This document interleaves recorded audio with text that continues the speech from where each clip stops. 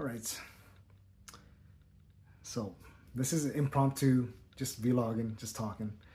But the topic is actually about moving forward, looking forward, seeing what's next. So, we go through life, we experience a bunch of things, and sometimes we get stuck because we live back in these glory days, these days that we remember were good times, or we felt good, or some of that, and we get stuck in these times, and like we look back and we're like, oh man, I wish I could relive that. You know what I mean? So for some people it's like, I don't know, school, or it's a sports or something like that.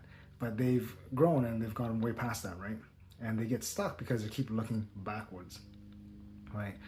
So, but I think sometimes it's best to let that go and stop looking back, right? There's this other fitness influencer I follow, and he was talking about, he's finishing up his vacation, and then he sat there and he was talking about it. He's like, he's talking about his experience there, and he's like, oh, I'm getting a little bit nostalgic, and then he's like, actually, I never get nostalgic.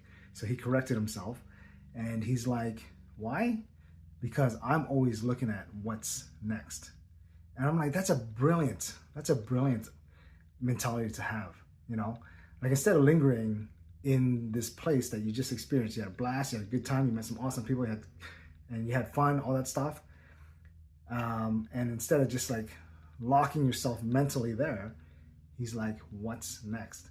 And that's so cool, because it's like, life is an adventure. It's about experiencing, it's about finding out what is the next thing, right? And a lot of times I think people get locked into this place and they come back and repeat that same adventure over and over, or try to relive something in their youth that doesn't hold that same value anymore.